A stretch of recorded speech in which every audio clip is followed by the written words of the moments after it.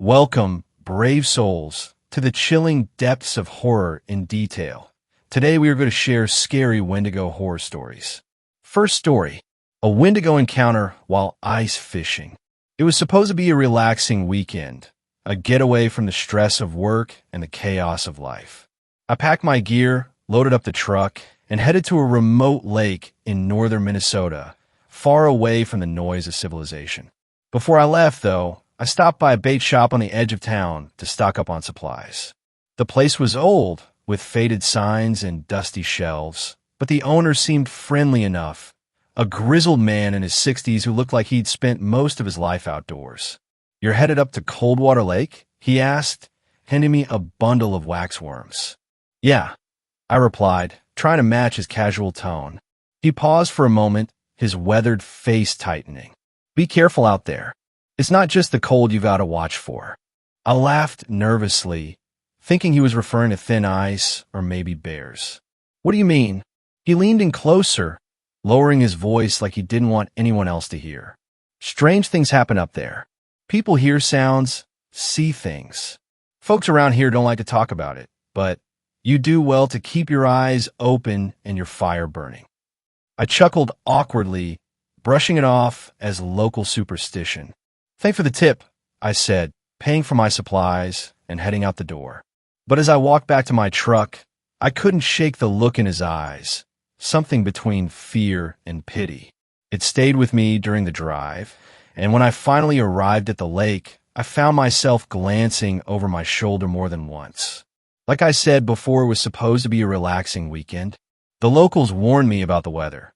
They said the cold could seep into your bones and never leave. But I wasn't worried. I'd ice fished a dozen times before and thought I knew the dangers. Boy, was I wrong. The lake was a vast, frozen sheet of white, surrounded by dense pine trees that seemed to stretch endlessly into the sky. I set up my tent in the middle of the lake, drilled a hole in the ice, and settled in for what I hoped would be a peaceful day of fishing. As the sun dipped below the horizon, the temperature plummeted. The stillness of the lake became unnerving. No wind, no sounds, just silence. It was as if the world had been put on mute. That's when I heard it. A faint, distant scream. It wasn't the howl of a wolf or the cry of an owl. It was human, but not quite. A wail that carried pain, hunger, and something primal. I froze, my breath fogging the air as I strained to listen. The sound came again, closer this time, echoing across the icy expanse. I told myself it was just the wind, but deep down I knew better. The ice beneath me groaned and cracked, a sound every ice fisherman fears. But this wasn't the natural settling of the ice. It felt purposeful, as if something massive was moving beneath me. Panic set in. I grabbed my flashlight and scanned the lake. That's when I saw it. At the edge of the trees, a figure stood, tall and impossibly thin. Its eyes glowed like embers in the darkness, piercing through the shadows and locking onto me. Antlers jutted from its head, twisted and jagged, and its skeletal face was stretched into a horrific grin. It stepped onto the ice with unnatural grace, its long, clawed hands dragging against the surface. The scream came again, but this time it was in my head, a deafening roar that filled my mind with images of starvation, death, and despair. I scrambled to pack my gear, my hands shaking so badly I could barely zip my bag. The creature moved closer, its body convulsing as if it were struggling to contain itself. Its teeth, jagged and yellow, gnashed together in anticipation. Then it stopped. It tilted its head, as if studying me, and let out a guttural hiss that sent chills down my spine. Without thinking, I grabbed the propane heater and hurled it toward the beast. The flames erupted on impact, and the Wendigo shrieked, a sound so inhuman and agonizing that I thought my eardrums would burst. I didn't wait to see what happened next. I ran, leaving everything behind, my boots pounding against the ice until I reached the truck. As I sped away, I glanced in the rearview mirror. The lake was empty, but I swear I could still hear the faint echo of that scream, following me through the night. I haven't gone ice fishing since. And when people ask why, I just tell them the truth. There's something out there in the cold, something that doesn't belong in this world. And it's hungry. Second story. I deliver mail to cryptids. My first day did not go well. I have always made bad choices in life. Bad choices when it comes to friends. Bad choices when it comes to cars. Bad choices when it comes to restaurants. I can't count the times I've gotten food poisoning. You would think I would just learn my lesson and stop eating out. My latest series of bad choices landed me a job. I don't want to recall what got me here, but I'm a mailman now. My uniform arrived in the mail. It's a soft blue color that's dark and yet a light tone at once. It's pretty comfy, and they tossed in a nice bomber-style jacket. Having a job handed to you might be a nice thing. I should be thankful, but this job was dangerous, and I would die if I refused it. I was standing in front of an office building where I had been told my training would be held. A blank swipe card to get inside the building came with my uniform. I was pacing, putting off going inside. Even though the morning was chilly, I was sweating. I did not want to go inside. I did not want to start this job, though I feared what would happen to me if I ditched. Gathering all my courage, I swiped the card and went through the now unlocked door. Regret filled my chest when the door closed, locking behind me. The room I was standing inside was pretty bare. Off-white walls and off-white carpet. Fluorescent lights hummed away above. The room was empty aside from a woman sitting at a fold-out table.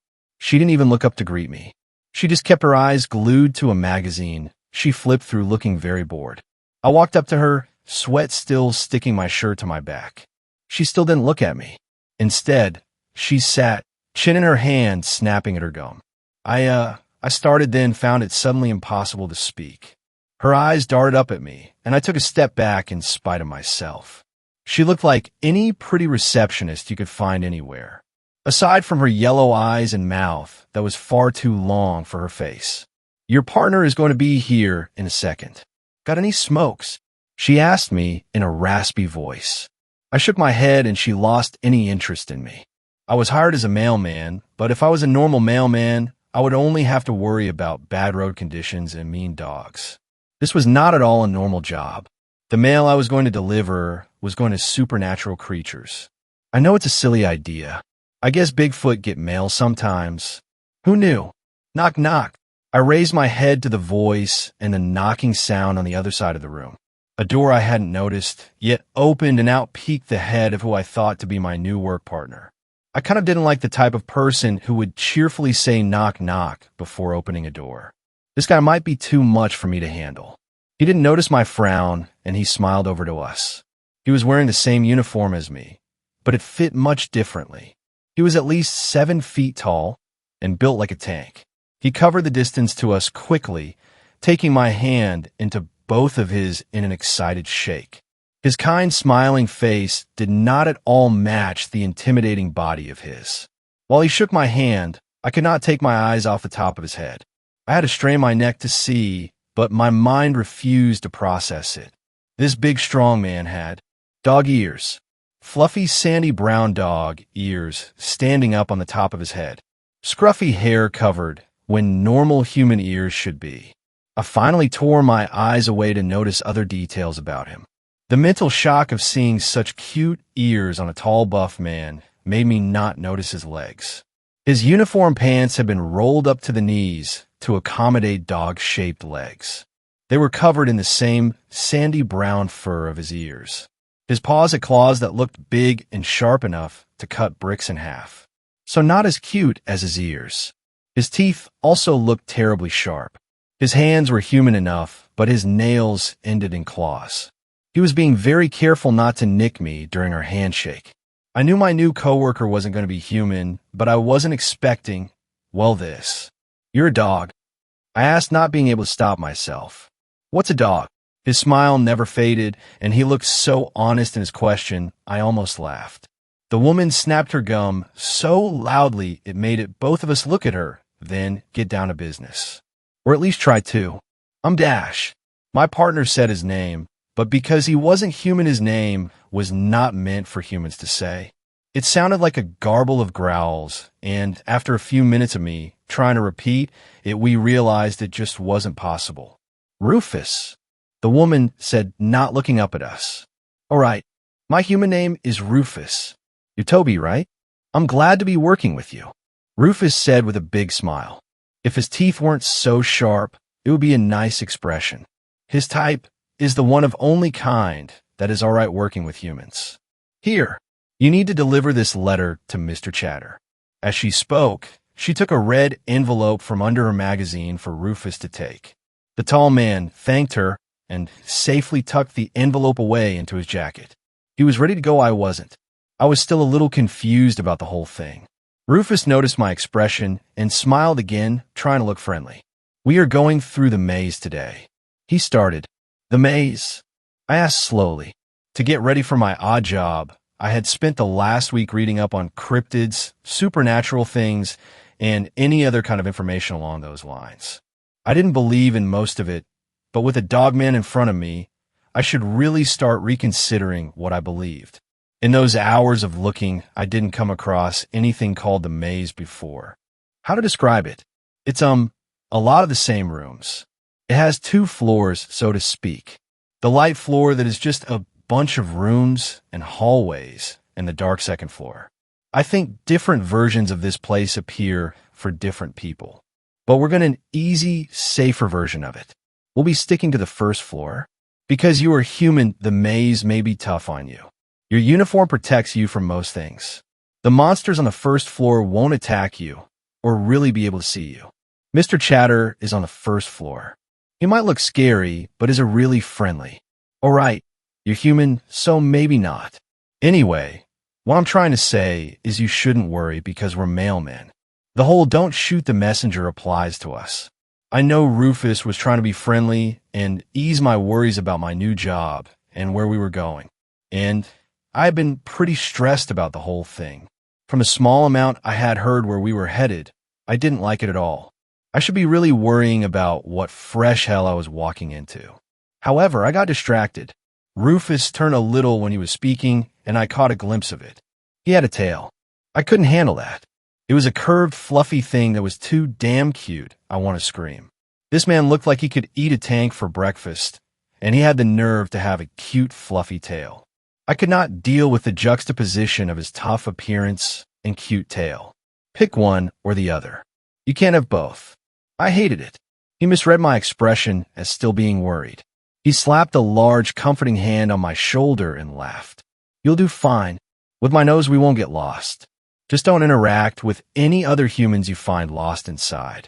Your job is to deliver mail, not to save humans. We get in a lot of trouble if we go outside our job duties. But you're doing great already. You already took one step inside the maze, so what's a few more? I nearly jumped and looked around the empty room. It felt odd. Even so, I didn't think I had walked into a supernatural area. This is part of the maze? I asked, still looking around. We call them zero rooms.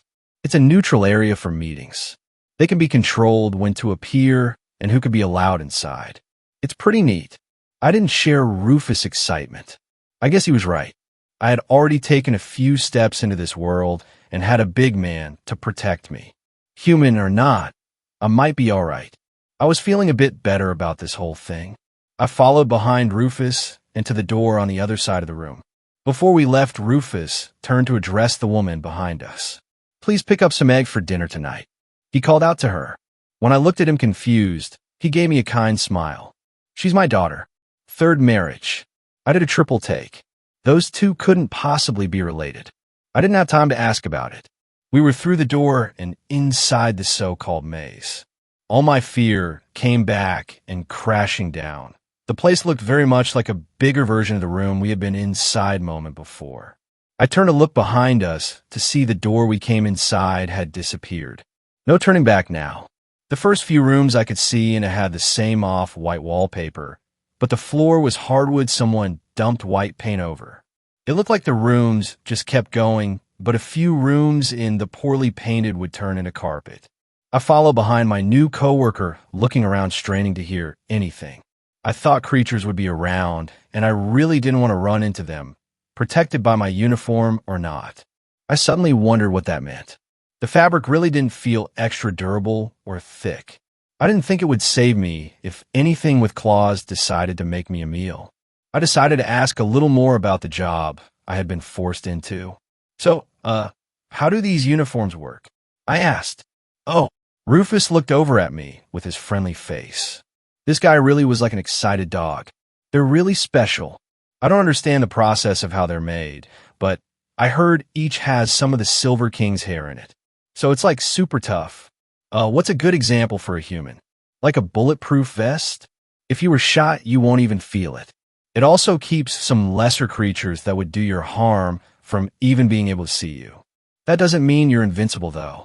There are some creatures that can tear through the uniforms, but it's your first day. You won't come across them. I hope. The last bit was said so softly, I almost didn't hear him. I had met the Silver King, and he was the reason why I was stuck with his damn job. But he was a big deal in the supernatural world. It was a bad idea to drop his name, and I really didn't want to think back to how we met. I sort of understood how the uniforms work now. Even with that comforting idea of a god-level bulletproof vest, I was still scared walking around the horrible place we were in. As we walked, I saw that the walls had marked spots. Messages from people who had gotten lost. They used whatever they could to write them, from what I guessed was nail polish to scratching away at the wallpaper.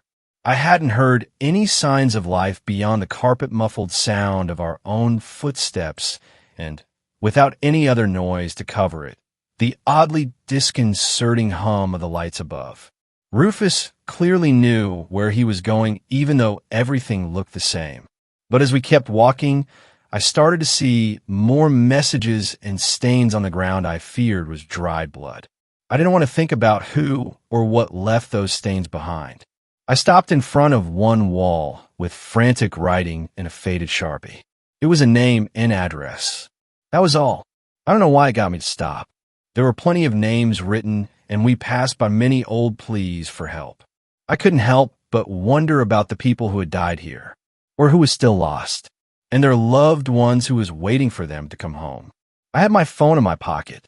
Without realizing I had taken it out to take a photo of the message I was staring at. It's best if you don't. I froze when I heard Rufus speak. There was sudden tension between us. He was telling the truth. It's best if I don't let myself go down the route of trying to find what was lost. Nothing good could come of it. I turned off my phone and returned it to my pocket. I think he felt bad for making it awkward. He kept darting his eyes back at me, clearly trying to think of something to say. You know, things have changed a lot since I last came by.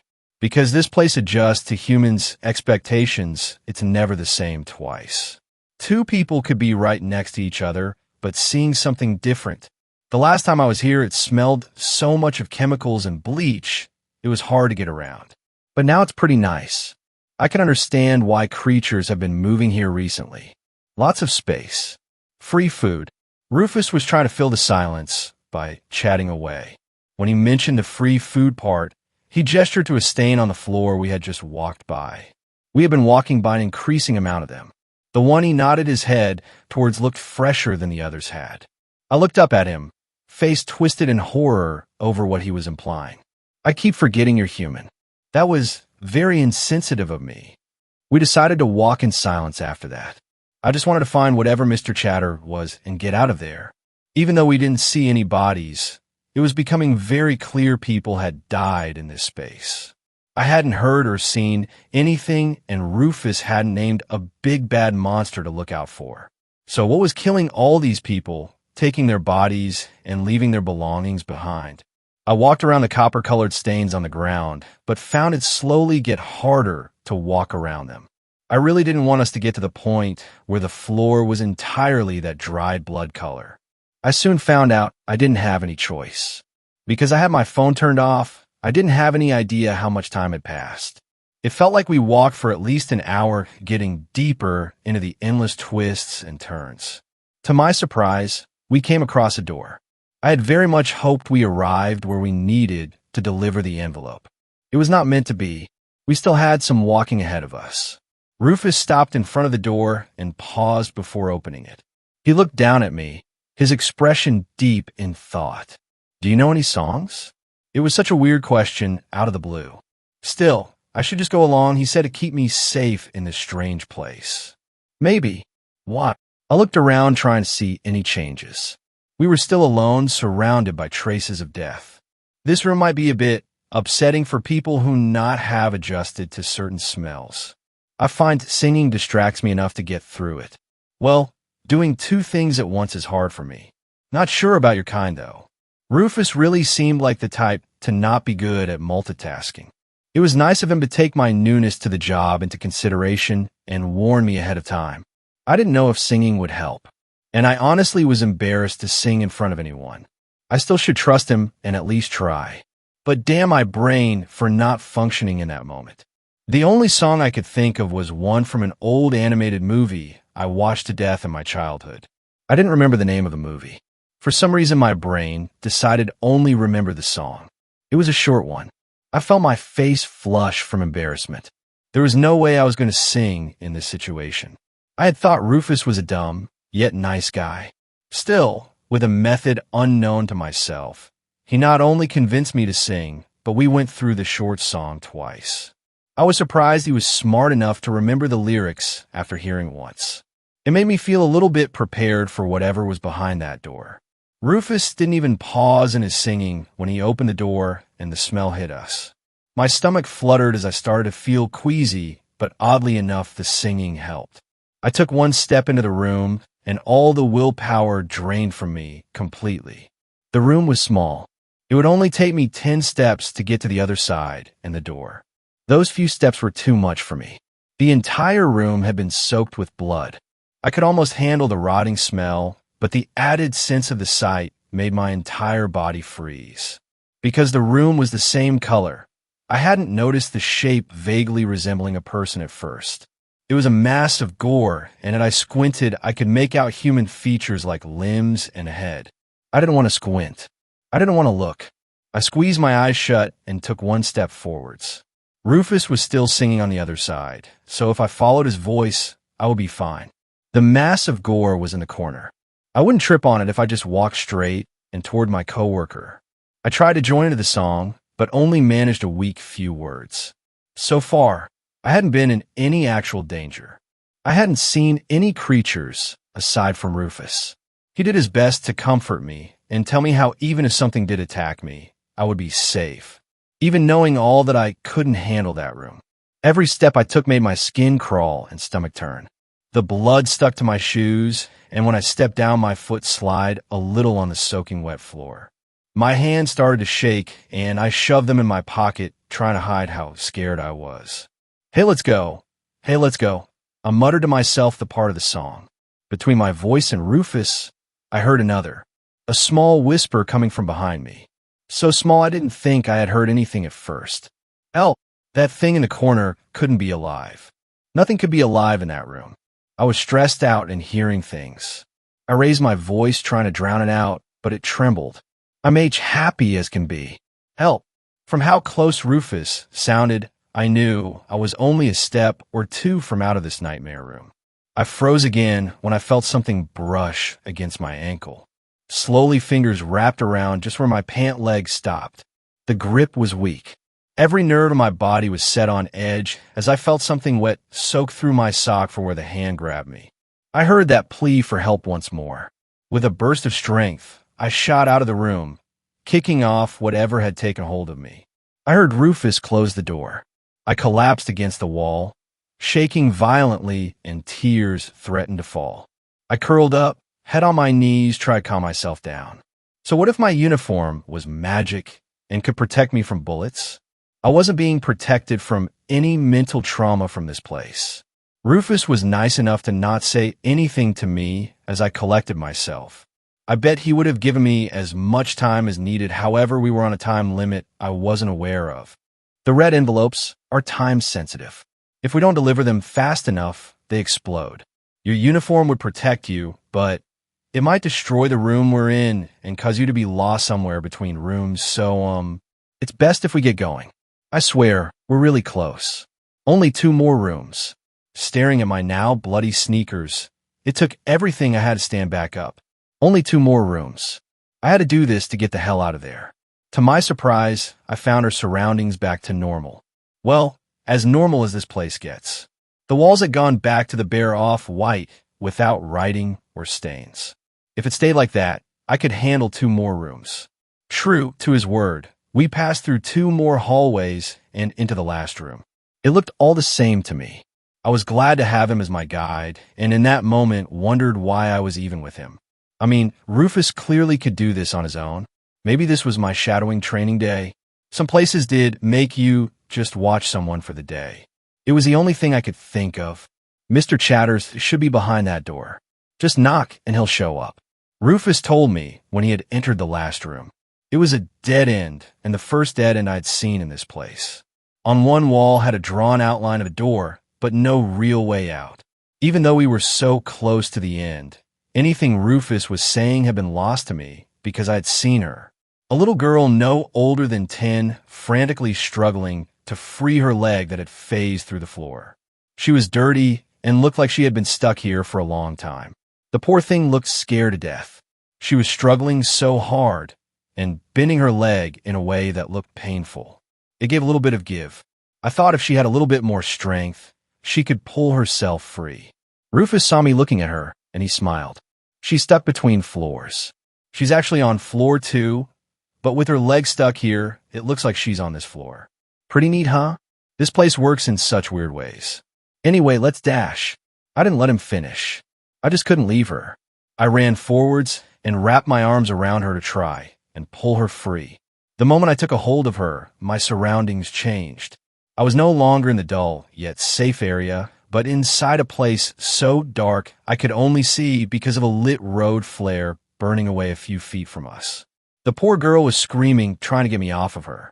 I don't know why, but the moment I took a hold of her, it transported me to a different floor, one much darker and dangerous. I'm trying to help. It's all right, I told her frantically, trying to calm her down. I really didn't blame her for freaking out because someone had suddenly grabbed her. With my help, I got some of her leg free. I wasn't fast enough, though. I felt something hit my back hard. I didn't want to look behind me to see what was clawing at my back. Rufus was right. The uniforms did work. The thing was a mass of dark fur and teeth.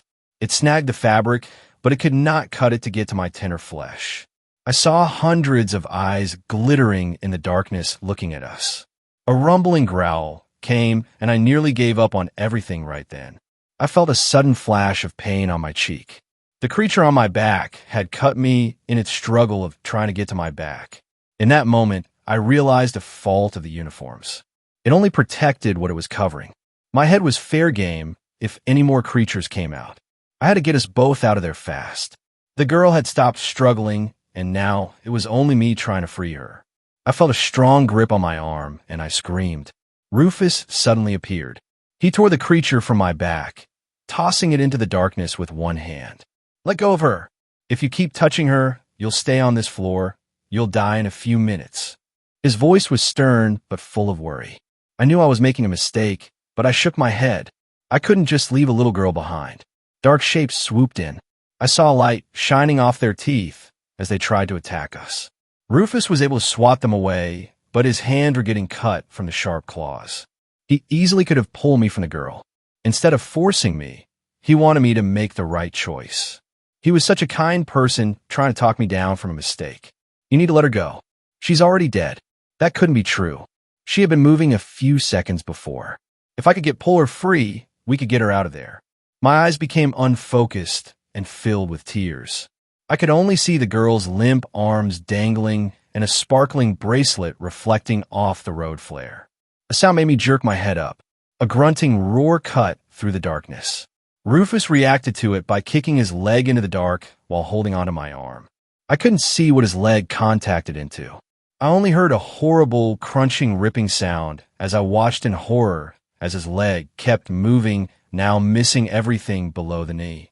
He had his pants rolled up, so his uniform didn't protect him from whatever cut it off. I knew then I had to let the girl go, or else we both were going to die. I let go of her, and I grabbed a hold of him, and a second later, I felt the sensation of falling. My entire body felt like I was being tossed around, even though we were standing still. A sudden crushing force made me collapse to my knees, feeling like I had just been in a car crash. I couldn't move for a few minutes. When I opened my eyes open, I saw we were back in the dead-end room. The girl was gone. Her bracelet left behind on the floor behind me. Rufus was in bad shape. A pool of blood started around where his leg had been cut off. His eyes were closed, and I feared he was dead. It was all my fault. I should have just listened to him. My job was to deliver the mail, nothing else. If we finished the job and got out of here, I was certain I would be killed for my poor performance. I only took this damn job because my only other option were thinly veiled threats of death. Rufus opened his eyes looking too weak to even sit up. I sat, waiting for him to yell at me, to blame me for everything. I'm sorry, I found myself unable to speak through the lump forming in my throat. It's all right. You're only human after all. He was smiling at me. I would have much rather him get angry. His kindness cut like a knife in that moment. He reached inside his jacket pocket to bring out the envelope we still had to deliver. All this trouble for such a small thing. All I had to do was take it and knock on the drawn-on door. I felt too weak and so close to tears I nearly couldn't stand. His kind smile encouraged me enough to take it from him and walk over and knocked on the wall. I took a few steps back after I did, terrified over what would happen. After I knocked, the fake door turned into a real one. I swung open in its own, a pitch-black room beyond. I clutched the envelope in front of me, staring into the darkness, waiting. As seconds slowly crept past, I started to hear a faint sound, a chattering, clicking noise that seemed like it was getting closer. I took another step back. Suddenly, the entire door was filled by a massive face slamming against it so hard it cracked the frame around it. I tripped over my own feet, screaming and falling hard on my ass. Somehow, I kept the envelope in my hand. My throat closed because I was so scared. I couldn't make another noise. I couldn't move. I only sat with that thing in front of me.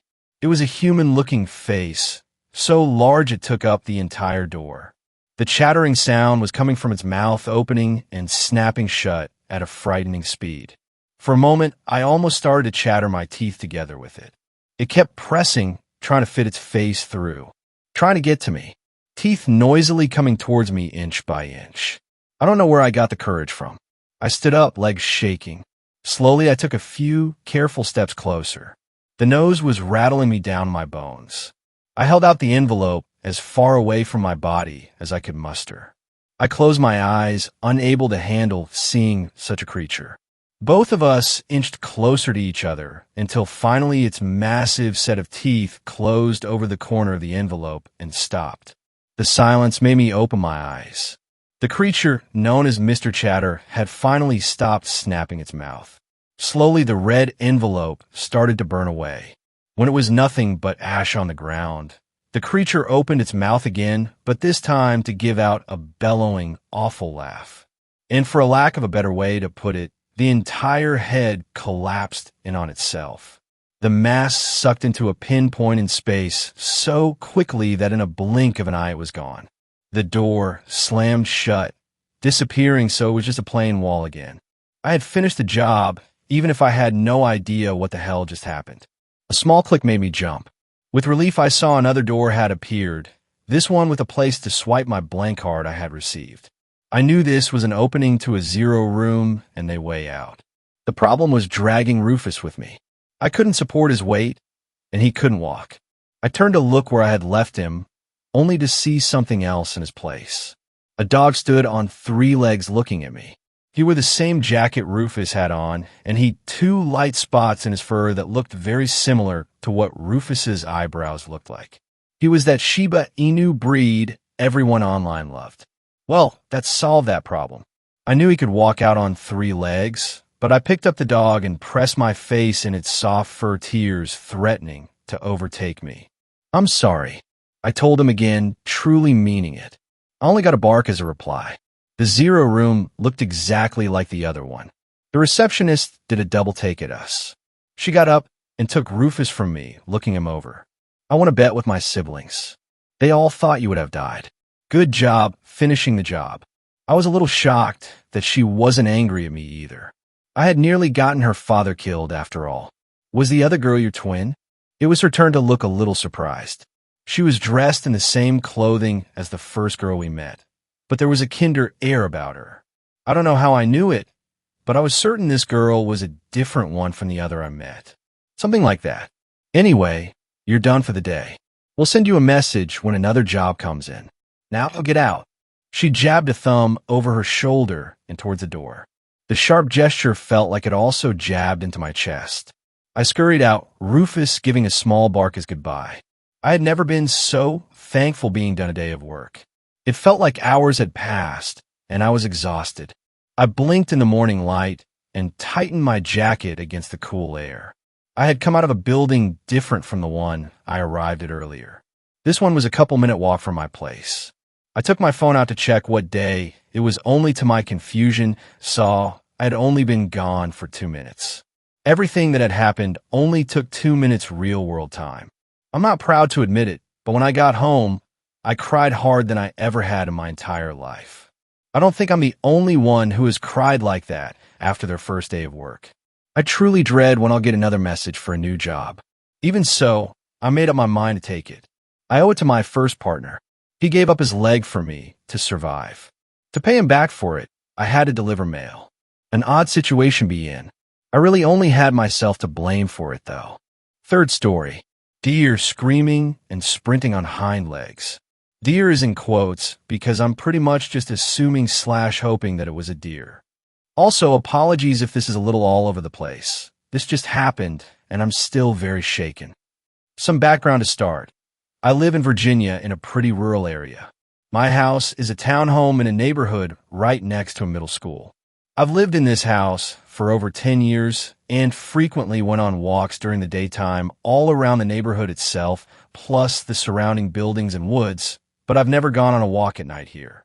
After starting college, I got very accustomed to taking walks around my campus at night when the weather's nice. So now that I'm home for winter break in Virginia, is in one of its weirdly warm winter weeks, I decided I may as well go on a walk at night here, since it's a safe area and night walks are almost daily routines for me now. So, I leave my house at around midnight, not very late. I walk over to the middle school and I sit down on the track. The track is a concrete oval going around the soccer field. I'm just sitting there, relaxing, listening to music with one earbud in. I also had a lit candle on the ground a foot in front of me, which sounds kind of weird to me to have, now that I type it out.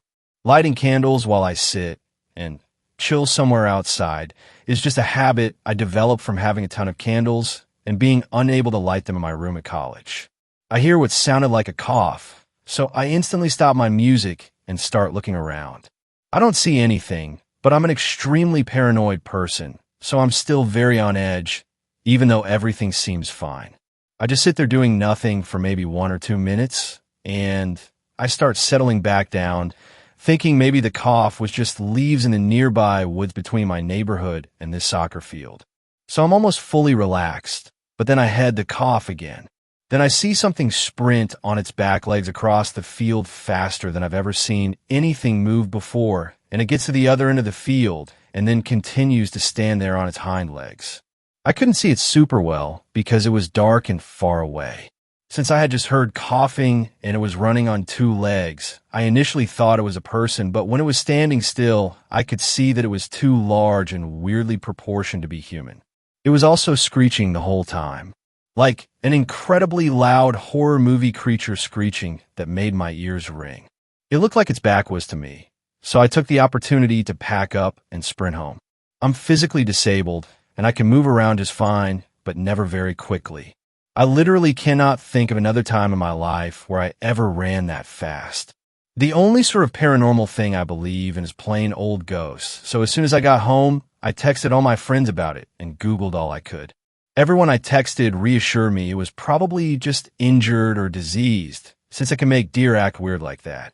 So that's a little reassuring, but at the same time, I'm Googling about deer running on their hind legs and screeching their heads off, and while it's a decently documented occurrence, none of the pictures and videos on any website are anywhere near what I saw.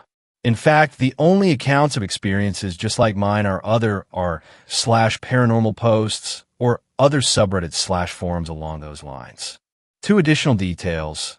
1, I'm just assuming it was a deer based on its size. It didn't have antlers or anything. I couldn't really tell what it was, And I'm mainly going with deer because I'm very skeptical about paranormal topics, and I don't want to assume it was anything other than a deer. 2. I've read descriptions of deer running on their hind legs, and I've watched videos of it. None of the videos I've seen really match up with just how strangely fast this thing was moving. Like it was basically a blur running past me. Just want to get this out there. Maybe someone who knows Appalachian animals better than I do can reassure me that it was just a sick deer or something. Happy New Year. 4th story. The Wendigo of Algonquin. My name is Derek Shaw. I'm a survivalist, a man with a deep passion for nature and the wilderness. There's something about stripping life down to its basics. No tents, no gadgets, just me, the earth, and what I can pull from it. Over the years, I've spent more nights than I can count under the stars, in forests and mountains where most wouldn't dare tread alone. But nothing could have prepared me for what happened a few months ago. I've tried to push it out of my mind, tried to bury the memory in the same way I bury my fire pits. But the truth has a way of gnawing at you, like the wind rattling branches in the dead of night. I guess I'm finally ready to tell my story. The story of the most horrific camping encounter of my life. It was in Algonquin, a place I thought I knew well. A place I loved. Now, I'll never look at it the same again.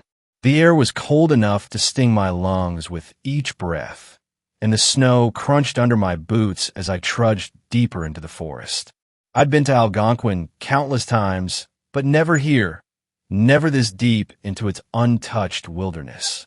That was the thrill of it, the unknown, a stretch of land where no trails led and no campers had likely ever set foot.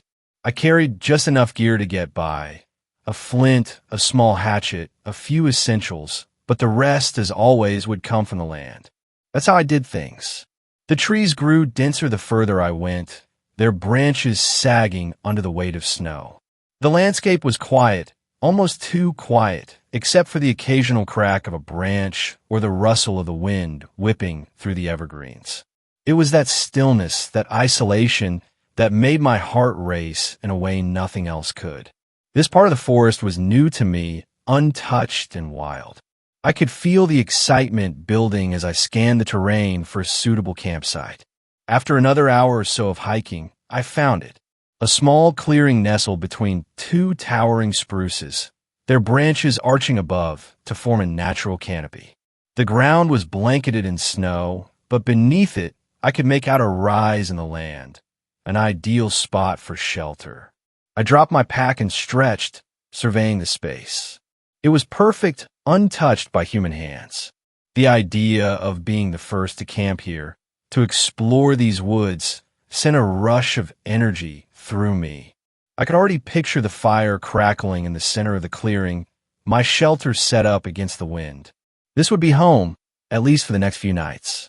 Once the fire was going, the warmth of the flames began to melt the cold that had settled deep in my bones. The light flickered against the snowy backdrop, casting shadows that danced along the tree line. I took a deep breath, savoring the stillness for a moment before getting to work on the shelter. I gathered branches from the nearby trees, testing each one for strength before laying them out in a rough framework.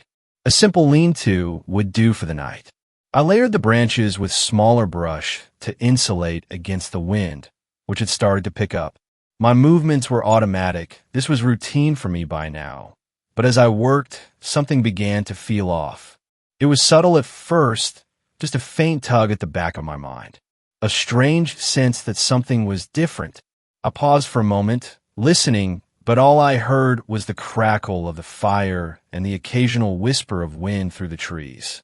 I shook it off and kept working, telling myself it was just the unfamiliarity of the place, the excitement of discovering new territory. But the feeling didn't go away.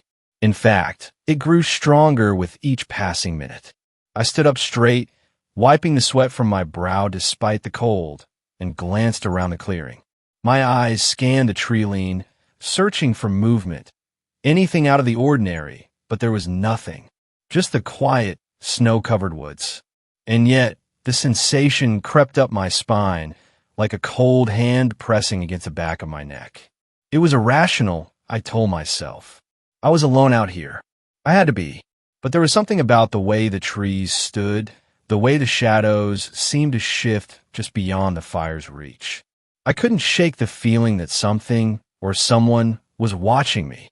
I felt this way before, back in my early days of camping. That unsettling sense of being watched, always lurking just beneath the surface, gnawing at my nerves. I used to chalk it up to my imagination, the natural paranoia of being alone in the wilderness.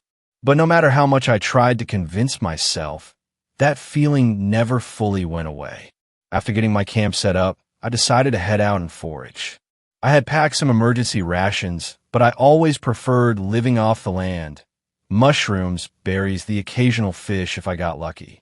It was part of the challenge, part of why I love survivalist camping. As the fire flickered behind me, I grabbed my small foraging sack and made my way into the trees, the snow crunching softly beneath my boots. It wasn't long before I found signs of life, a set of tracks leading off deeper into the forest. At first, I thought they were deer tracks. The pattern was familiar, but as I looked closer, something wasn't quite right. The prints were spaced strangely, almost like they'd been made by something walking on two legs rather than four. I crouched down, examining them more closely. Bipedal, but still shaped like hooves. A chill ran down my spine. I told myself it was silly, that there was a perfectly reasonable explanation. Deer occasionally stand on their hind legs, especially when startled or trying to reach higher branches. It was rare, but not impossible. Still, something about these tracks felt off, unnatural. That's when the thought crept into my mind, the legend of the Wendigo. I had heard the stories before, whispered around campfires late at night. A monstrous creature that roamed the forests. Once human, but transformed by a hunger that could never be satisfied. I shook my head, pushing the thought aside. It was ridiculous, I told myself. Just a story, a legend meant to spook children. Still, staring at those tracks, I couldn't help but feel the cold fingers of dread tightening around me. I decided to head back to camp, my mind still buzzing with thoughts of those strange tracks. On my way, I came across a fallen log, and there, clustered near its base, I found a patch of velvet foot mushrooms, small, brown-capped fungi that thrive even in cold weather. I recognized them immediately. They were edible, and their resilience in these conditions always amazed me. Not much, but enough to complement the winter berries I'd gathered earlier. I carefully plucked a few of the mushrooms and made my way back to the camp, relieved to have found something familiar. Once there, I tossed a few more branches onto the fire, stoking the flames back to life. The crackle and warmth steadied me as I prepared a simple meal, grateful that the wilderness could still provide, even in the dead of winter. After eating, I settled into my shelter, letting the fire's warmth wrap around me as I lay back. The quiet of the forest was soothing, and the flicker of the flames lulled me into a sense of calm. Before long, I drifted off to sleep. But sometime deep into the night, something stirred me awake.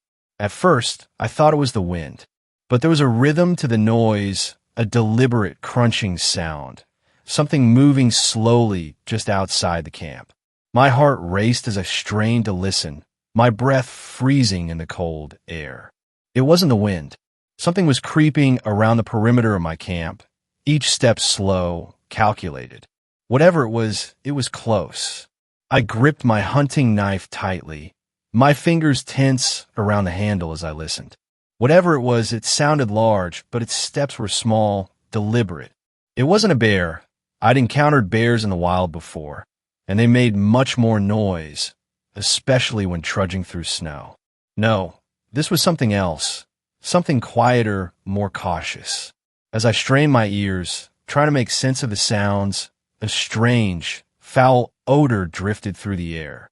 It was faint at first, but quickly grew stronger. It smelled of decay, like something rotting, foul, and unnatural. My stomach turned, and I felt a chill creep over me that had nothing to do with the cold. The fire was dying, its light fading fast. I couldn't let it go out, not with something creeping around out there. Slowly, I reached over and grabbed a few pieces of wood, throwing them onto the embers. Sparks flew up, and the fire flickered back to life, casting long, dancing shadows around the trees. I sat up, listening intently, knife in hand, trying to locate the source of the smell and the sounds. But as the wind picked up, the noises began to fade. It was as if whatever had been circling the camp was walking away, its footsteps growing softer and softer until they disappeared completely into the night. For a long time, I just sat there, my senses on high alert, waiting for the sound to return. But all I heard was the wind rustling through the trees. After what felt like an eternity of silence, I finally let myself relax a little, convincing myself that whatever had been there was gone. The rest of the night passed without incident, and despite the unease gnawing at the back of my mind, I eventually drifted off again. The forest remained quiet, almost peaceful, but that lingering sense of something watching me never truly left. The next morning, with the sun shining through the trees and the fire reduced to glowing embers, the events of the previous night felt distant, like a half-remembered dream. The unsettling sounds, the strange smell, all of it seemed like the product of an overactive mind, stirred up by the isolation. I packed up what little I had used and set off to forage again, my focus shifting back to the task at hand. The forest was calm, and the cold air felt refreshing. But as I wandered further from camp, that creeping sense of unease returned. It wasn't anything immediate, no sounds, no movement, just a feeling gnawing at the edge of my awareness. Then I saw them, tracks in the snow. My breath caught in my throat as I crouched down to get a better look.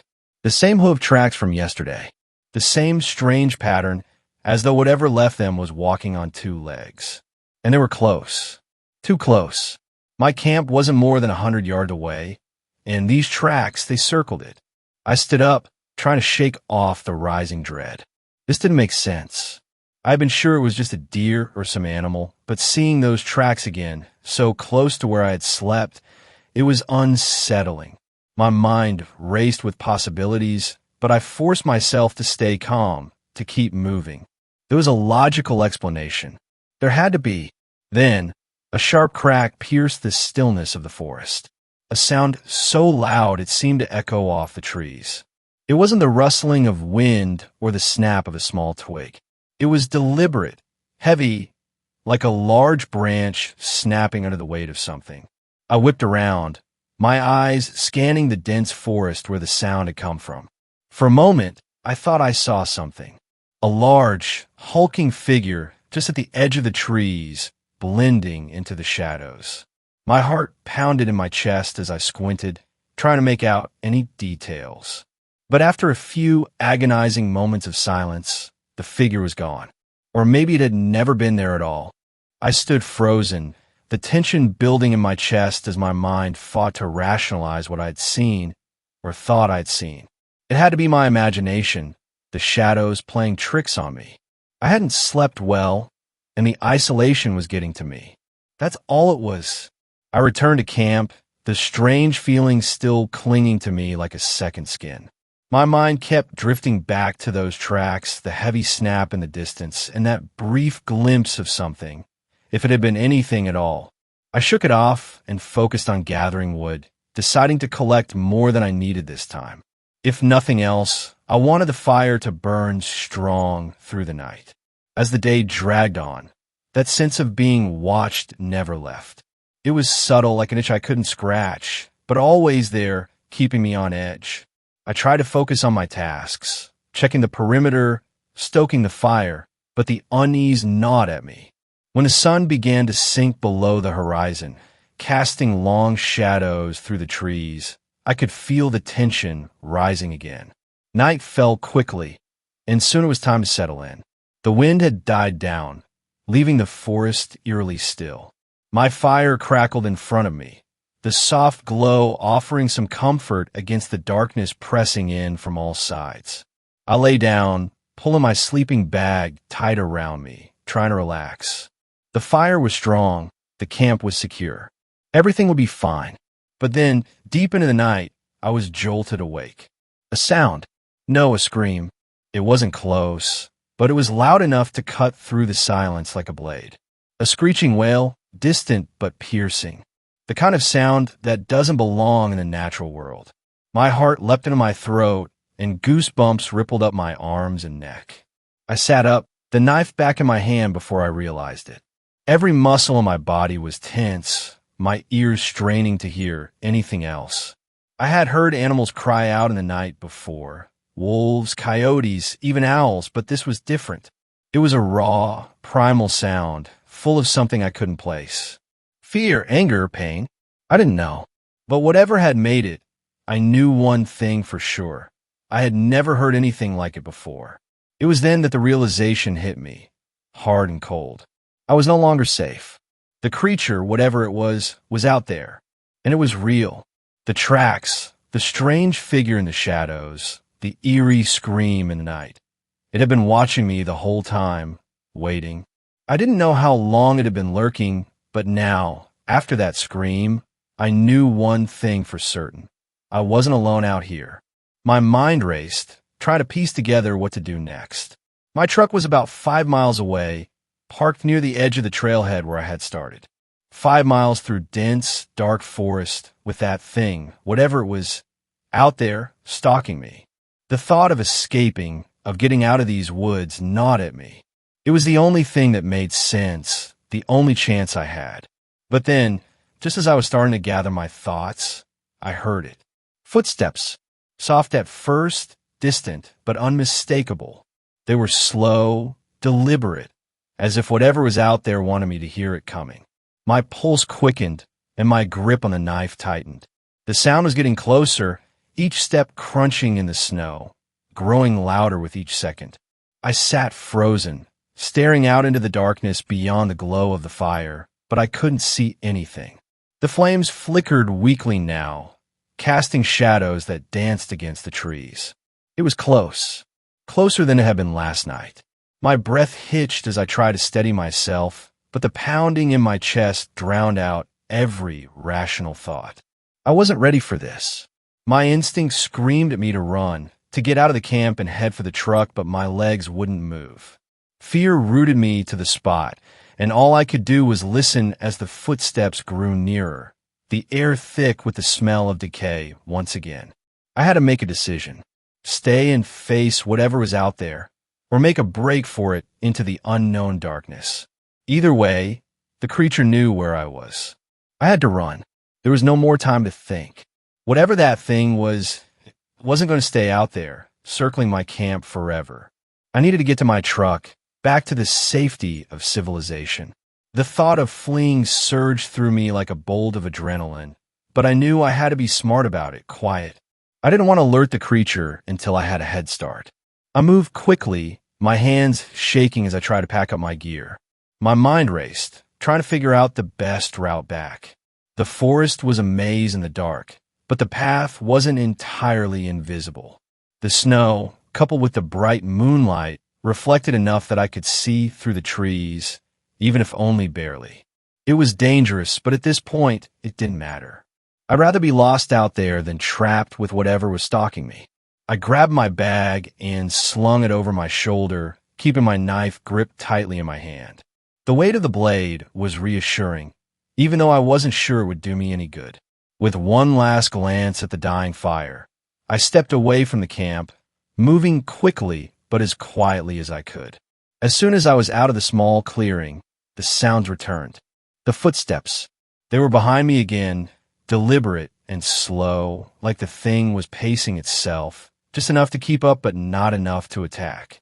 My heart pounded in my chest, the sound of it so loud in my ears that it drowned out everything else.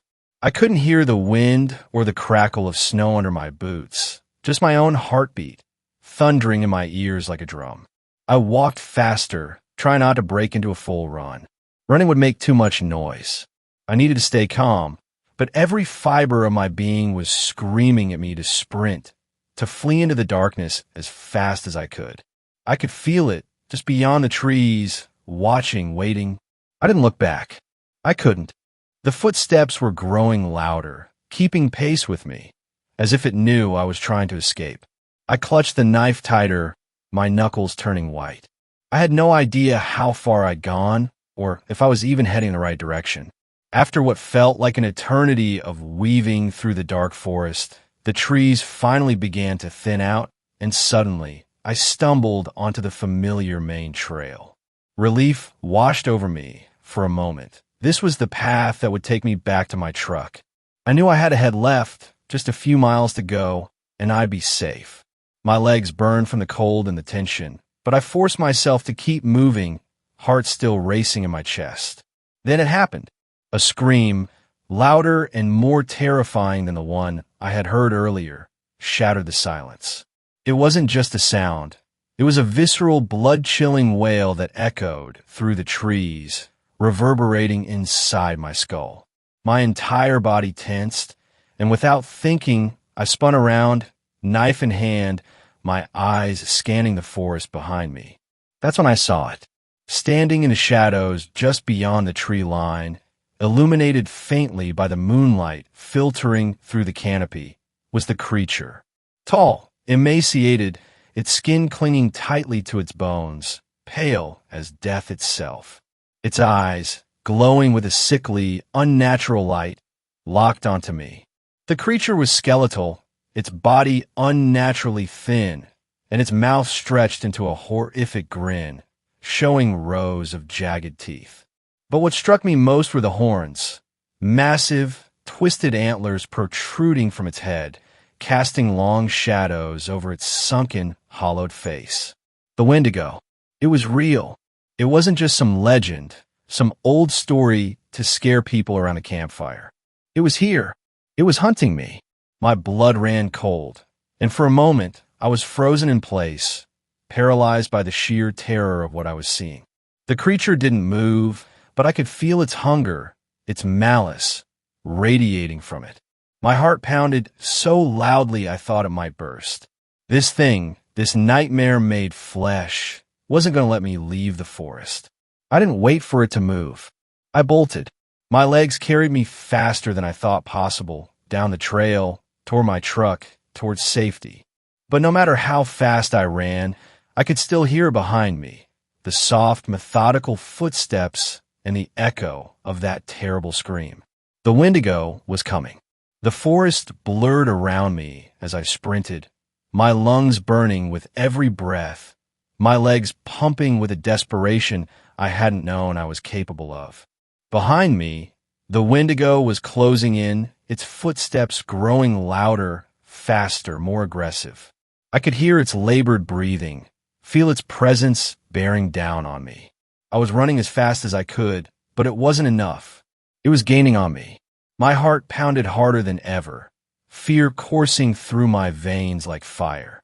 I could see the moonlight ahead, the trail narrowing as it bent through the trees. My truck was still too far, but I had no choice. I had to keep going. Every second counted. Then I heard it right behind me. Too close. In a moment of pure survival instinct, I spun around, knife in hand, and lunged at the creature. I drove the blade deep into its chest, the point sinking into its pale, skeletal flesh.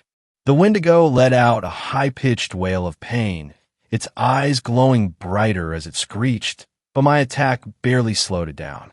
With one powerful swipe of its long, emaciated arm, it knocked me clean off my feet. I flew through the air, my body tumbling uncontrollably. It felt like I was airborne forever, crashing through the snow and leaves before skidding to a painful stop. I must have flown at least 30 feet, the wind completely knocked out of me. Dazed, I struggled to move, gasping for air, my chest heaving as I tried to regain control. I looked up, my knife still embedded in the creature's chest, but it barely seemed to notice. It stood there, its grotesque form towering over the snow, blood oozing slowly from the wound as it locked its cold, glowing eyes on me. It began walking toward me, slow and deliberate, like a predator toying with its prey. The way it moved was horrifying, its steps almost unnatural, its hunger palpable. I tried to push myself up, but before I could, the creature let out another deafening roar. The sound tore through the night, a high-pitched screech that pierced my ears and rattled my brain. It was unbearable. The sheer volume of it sent me to my knees, hands clamped over my ears as I cried out in pain, trying to block it out. My head throbbed, my vision blurred, and the world spun around me. I could feel the Wendigo's rage, its hatred, in that scream, and it was driving me to the brink of madness. I was helpless, vulnerable, and the Wendigo was closing in. As I knelt there, ears ringing from the creature's horrific screech, a thought broke through the haze of pain. My flare gun. I had always packed it for emergencies, a last resort. This was beyond any emergency I'd ever imagined. The Wendigo was closing in, its twisted form looming over me, ready to strike again. Desperately, I scrambled for my bag, fingers shaking as I fumbled with the zipper. The creature's footsteps were heavy, growing closer with each agonizing second. Finally, I grabbed hold of the flare gun, yanking it free. My heart raced as I cocked the hammer back, my vision still swimming as I raised the flare gun with trembling hands. The Wendigo's glowing eyes locked onto mine, and I could feel its malice, its hunger bearing down on me. Without hesitation, I pulled the trigger. The flare shot out with a blinding flash, filling the night with a brilliant red-orange glow. The world around me lit up in an instant. Every tree, every snow-covered branch illuminated in the harsh, fiery light. The flare struck the creature square in the chest, embedding itself next to my knife. For a split second, the Wendigo stood frozen, its skeletal form outlined in the intense light. Then it screeched again, an ear-piercing, guttural wail that shook the very ground beneath me. The flare burned fiercely, sending plumes of smoke curling up from its chest as the creature thrashed in agony. Its movements became frantic, wild, as it staggered backward, clawing at the burning flare lodged in its flesh. I watched, breathless, as the Wendigo turned and bolted into the forest, retreating into the dark wilderness from where it had come. The fiery glow of the flare flickered through the trees as the creature vanished into the night, my knife still embedded in its chest. Its howls echoed in the distance, growing fainter and fainter until finally there was nothing. I collapsed to the ground, my body trembling with exhaustion and relief. The creature had retreated into the forest, but I couldn't waste a second. Pain shot through my body with every step as I forced myself to run. My lungs burned, and my ribs throbbed from the impact of the Wendigo's earlier strike, but the adrenaline kept me moving. The woods blurred around me as I sprinted toward my truck, each breath sharp and ragged in the freezing air. I burst out onto the trail, barely keeping my footing on the icy ground. My truck was just ahead, its shape almost surreal in the moonlight. I stumbled toward it, wrenching the door open and collapsing into the driver's seat. My hands were shaking as I fumbled for the keys, and when I turned the ignition, the engine sputtered and groaned, refusing to catch. Come on, come on, I muttered, panic rising in my chest. My heart pounded in my ears as I glanced frantically at the surrounding forest, half expecting the Wendigo to burst from the trees at any second. Finally, with a rough cough, the engine roared to life. I slammed the truck into drive, but just as I pressed the gas, I heard something, the same sickening screech from before. I whipped my head around, and my blood ran cold. The Wendigo was right outside my window. Before I could react, its bony hand smashed through the glass, shattering it into 1,000 pieces. The freezing night air rushed in as its claws raked across my face. The pain was immediate and excruciating, a burning sting that cut deep into my skin. It was like its touch carried fire, searing my flesh. I screamed in agonizing pain. For a moment, I thought it had me, its long fingers digging into my flesh, but I hit the gas, the tires spinning in the snow before catching. The truck lurched forward, and I felt the Wendigo's grip slip as it tumbled away from the window, screeching as I sped down the icy road. The cold air howled through the broken window, biting into my skin like needles, but I kept my foot down on the accelerator. My breath came out in desperate, ragged gasps, my face throbbing from the Wendigo's attack. I glanced into the rearview mirror and saw it.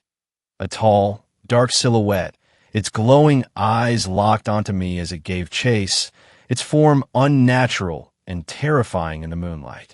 It was fast, too fast, but as I pushed the truck harder, I could see the distance between us grow.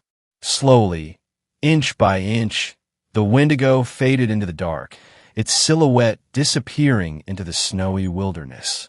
But I didn't slow down, not until I knew I was miles away.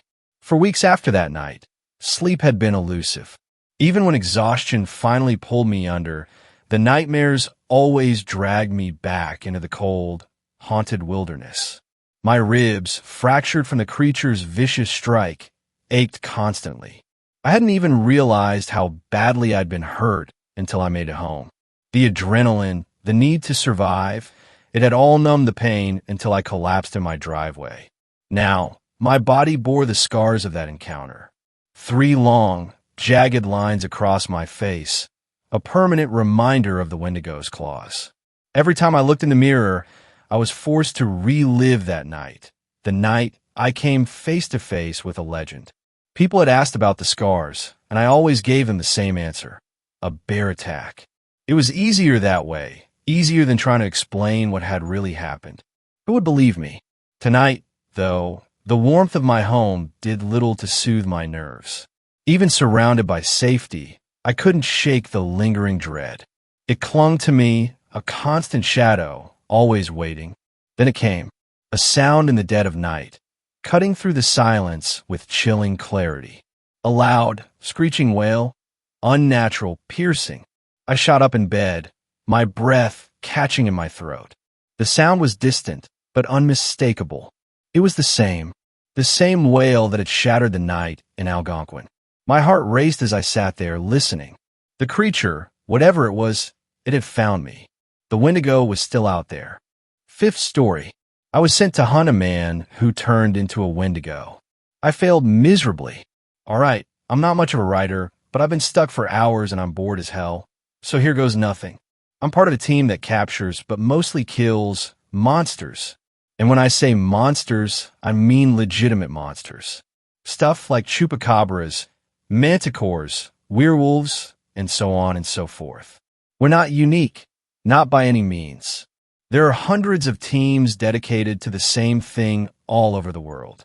And my team isn't necessarily the best one out there, but we're good, and I trust my teammates with my life, all 4 of them. We've been on dozens of missions, and I used to think that we were prepared for anything. But now, one of my teammates is dead, and the rest of us are injured and stuck in the back of an armored truck with a 3-meter-tall Wendigo screeching outside. I'm going to be stuck here for the foreseeable future, and my teammates are all unconscious, so I've got nothing but time. I guess I'll start with how I got into this business and how it works. It'll explain how I got into this mess. I was in the military, not going to say where, and I was good, extremely good, incredibly gifted in terms of both physical and mental strength. Good with weapons, too. I never thought it would really mean much. Where I come from, the military is conscription-based, which basically means that if you're a man, you're mandated to drop everything and serve in the military for 2 years. If you don't go to the military, you go to jail instead. Fun. I figured I'd just serve my 2 years, finish, go to university, get a degree in mechanical engineering, and live out the rest of my life. I thought all my military accomplishments would serve for nothing, but just an interesting tidbit about me. But clearly, that wasn't the case. Just a few weeks before my 2 years were up, I was pulled into a room, which I never knew existed, and I was immediately met with some of the highest ranking officers I've seen in my life. Initially, I thought they found out about the empty shell casing I smuggled out from a live firing for a souvenir a couple months ago, and I was bracing myself for a court-martial and a trip to the detention barracks. Hey, I never said I was good at following rules, but that wasn't the case. They told me how impressed they were by my performance, and they were transferring me to a special team based in another country, one whose name I've never heard of, made up of elite soldiers from all over the world. I would go there and continue training for another 4 years, and I would actually be sent out on real military operations. And I wasn't allowed to say no, either. Initially, I was pissed. I had dreams, aspirations, stuff I actually wanted to do. Not to mention I had just got a girlfriend, and we were still in the honeymoon phase. The idea of just dropping everything and being forced into military service, again, was maddening.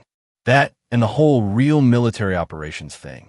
I mean, sure, I could hit 100% of the targets at the firing range, do 95 clean push-ups in a minute, and run for kilometers with a 15-kilogram bag strapped to me, but that doesn't necessarily mean I could fight terrorists or anything. I wanted to argue, make them change their mind, think I wasn't a good fit for it. Maybe even tell them about the shell casing. But before I could voice my protest, they showed me the pay. Oh my God, the pay. So much money. And they promised it would only go up. Now, where I live, the cost of living is high. Very high. Not to mention, I was a little money hungry at the time. I didn't want to become an engineer for the sense of accomplishment, if you get my meaning. So not only did I need the money, I wanted the money. I had a lot of stuff to pay for. I would have to get a house, a car, and a wedding ring for the girlfriend. Yes, I was planning on proposing. Oh, and also steroids. I take steroids. So I went along with it. I got all my things together, hugged the parents, kissed the girlfriend, had one last drink with the boys, and went off to another country. Went to a base in the middle of nowhere with a team made up of 20 people. Yep, the whole base for 20 people. I can still hear the Wendigo screaming. It's very distracting, just so you know. Back to the story. And then the training started. It was brutal. Way worse than anything I've ever experienced. At least in the regular military, safety is a concern, albeit not a huge one. Here, safety was unheard of. The trainers, which is all I can call them, since there were no ranks on the base, pushed us as hard as humanly possible. And sometimes, inhumanely. Once, they gave us no food for a week. Another time, they snuck into our bunk and turned off the safeties on our guns. We had live rounds loaded, by the way. We were supposed to keep our guns loaded and with us at all times. We got screamed at for hours for that one. They said if we were real soldiers, we wouldn't have let that happen. Many times I wanted to punch one of them right in the face. It's a literal miracle everyone made it to the end of training with their sanities and bodies intact. Maybe the steroids had something to do with that. I had to hide my use back in my home country, but here they actively encouraged it. They even bought us needles and everything. Reason being was, according to them, if injecting yourself with a gram of testosterone every week makes you run faster, lift heavier, recover quicker, and just basically be a better soldier, then you should do it. At the end of training, we were briefed on our operations too. They told us we were going to see and do things we never would have imagined. They told us monsters were real. Initially, we all laughed and then were punished for laughing. They made us run 5 kilometers, then continued the briefing. They told us we would be hunting monsters, but only those that were a threat to people. And we wouldn't always kill them, sometimes just capture them. Because some monsters like minotaurs produce certain substances that can cure disease.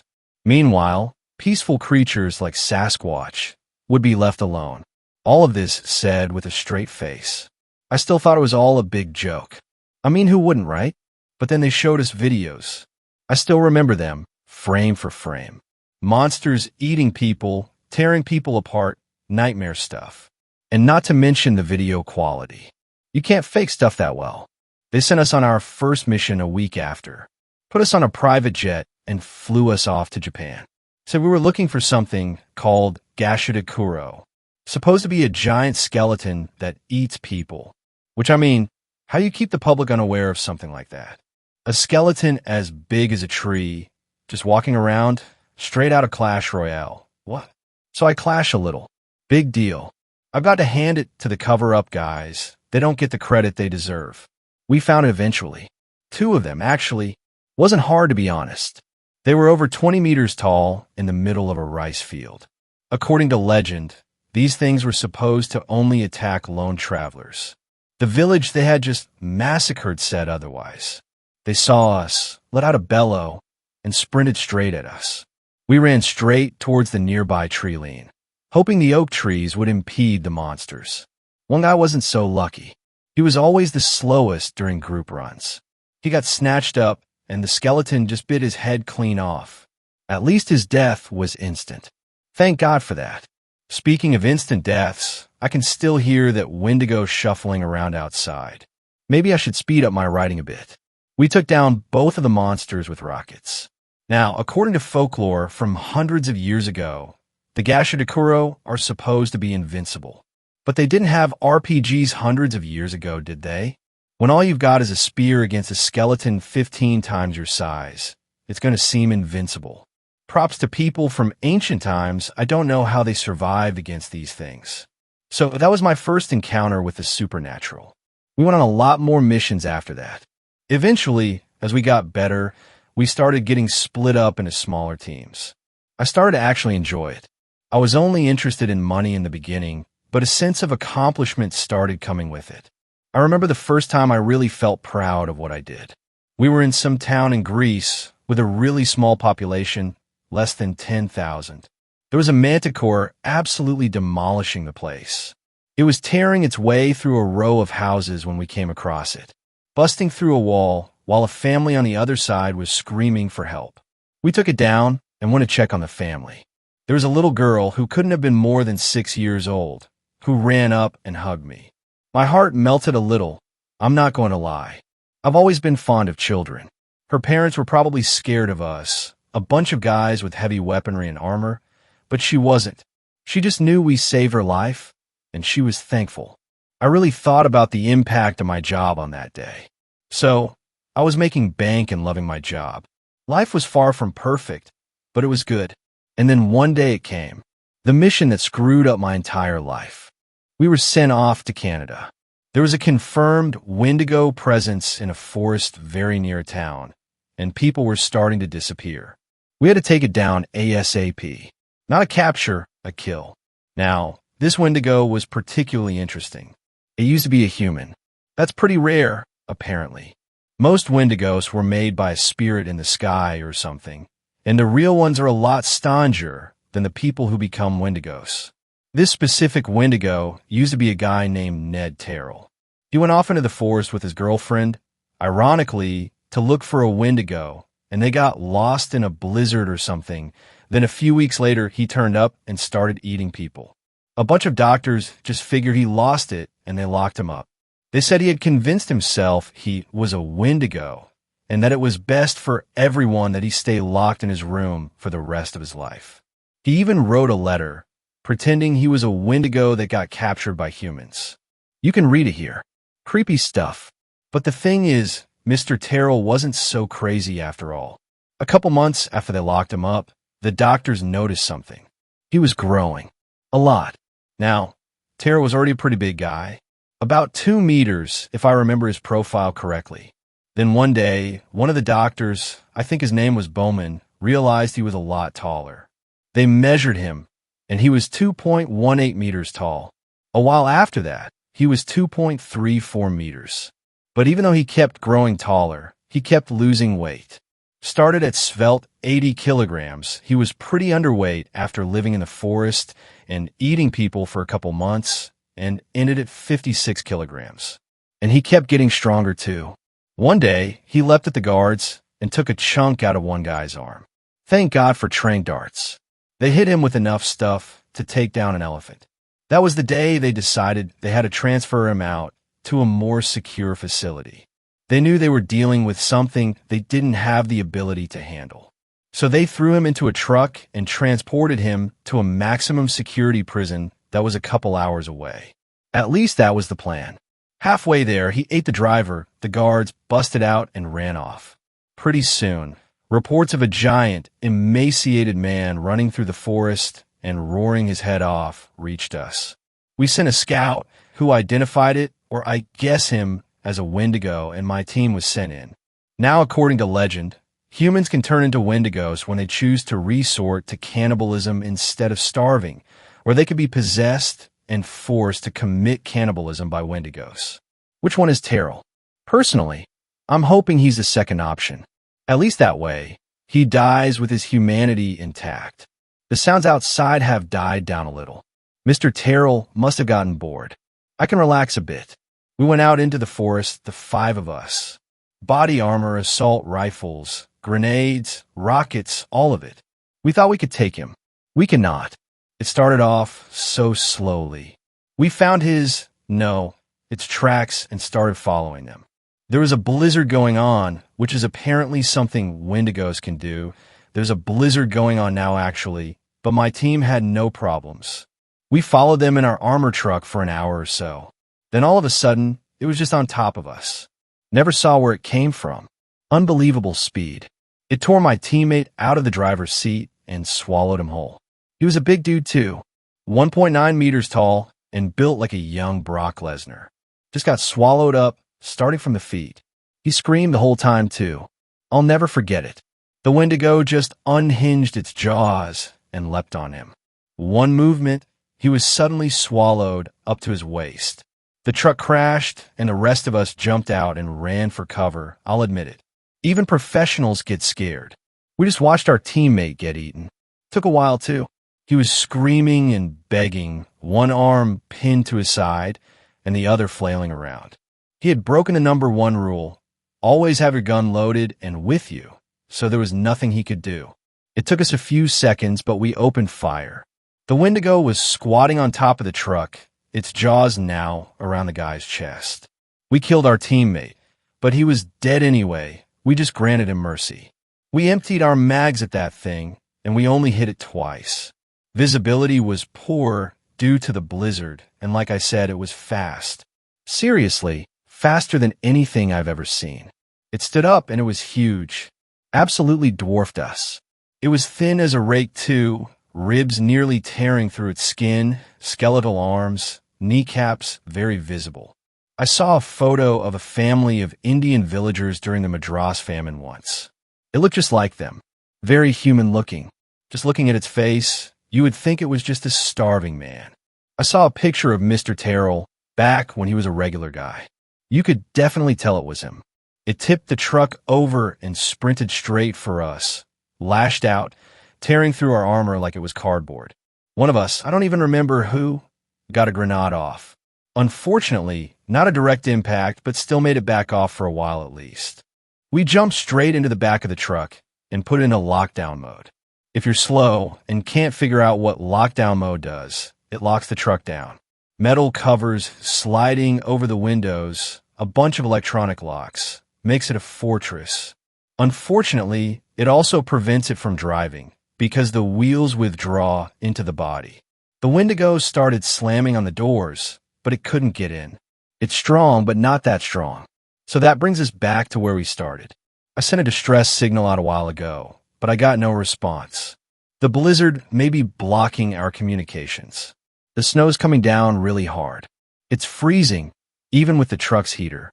I'm really hungry for some reason too. I can't have been here for more than a couple hours, but I'm absolutely starving. Even the time I didn't get food for a week at base wasn't this bad. I'm ravenous, but there's no food, and I sure as hell am not going out there. I won't make it very far. My teammates are still out for the count. I don't really know what to do now. I can't hear the Wendigo, but as long as the blizzard's here, I know it's out there. There's a video feed of the outside, but I turned it off. I need to conserve energy. The last I saw the Wendigo, it was eating the snow my teammates' blood spilled on. This thing leaves no traces. It would probably lick blood off the walls if it could. It can't get in, but I can't go out. The situation seems pretty hopeless. But hey, if you're reading this, that means I made it out. I'm typing on the notes app on my phone, so the only way for someone to see this is if I get out of here. I'm going to take a little break and think about what to do now. Goodbye. Hey guys, I found this story on a phone in the back of a wrecked truck I came across while hiking through the woods. I called the cops as soon as I saw it, but I snooped through it to find any valuables, and I found this. What do you guys think? It's probably just some BS, right? I mean, there aren't any bodies in the truck, or blood even, which, if this is real, should be the case. There was a really heavy blizzard a day ago, but that's just regular Canadian weather, right? Wendigos and monsters, they're made up, right? Maybe some aspiring writer crashed and decided to just type a story while he waited for help, then just left his phone and walked away. That doesn't make sense. And the truck was crazy. It was more of a tank than a truck. I don't think writers would really drive stuff like that. And there were a bunch of weapons too. I didn't touch them though. I'm wearing pretty thick gloves, but I can't risk getting any of my DNA on a firearm. I'm out on probation right now. There were prints leading away from the truck at least. Only one set though. And they were huge. I mean, seriously. This guy was big. Barefoot too. I hope he made it out all right. I'm walking back to my house while typing this. I still don't know what to make of it. The only way it adds up is if the story is real, but it can't be, right? I mean, I would have seen something by now. Whatever. I already told the cops, and they're on the way. They'll figure it out, and I'll read about it in the paper tomorrow. I'm just going to focus on getting home now. It started to snow pretty heavily again, and the wind's picking up. I hope it's not a blizzard. Thanks a lot for watching the video. Till the end, subscribe to Horror in Detail for more videos. Drop your suggestions in comment section.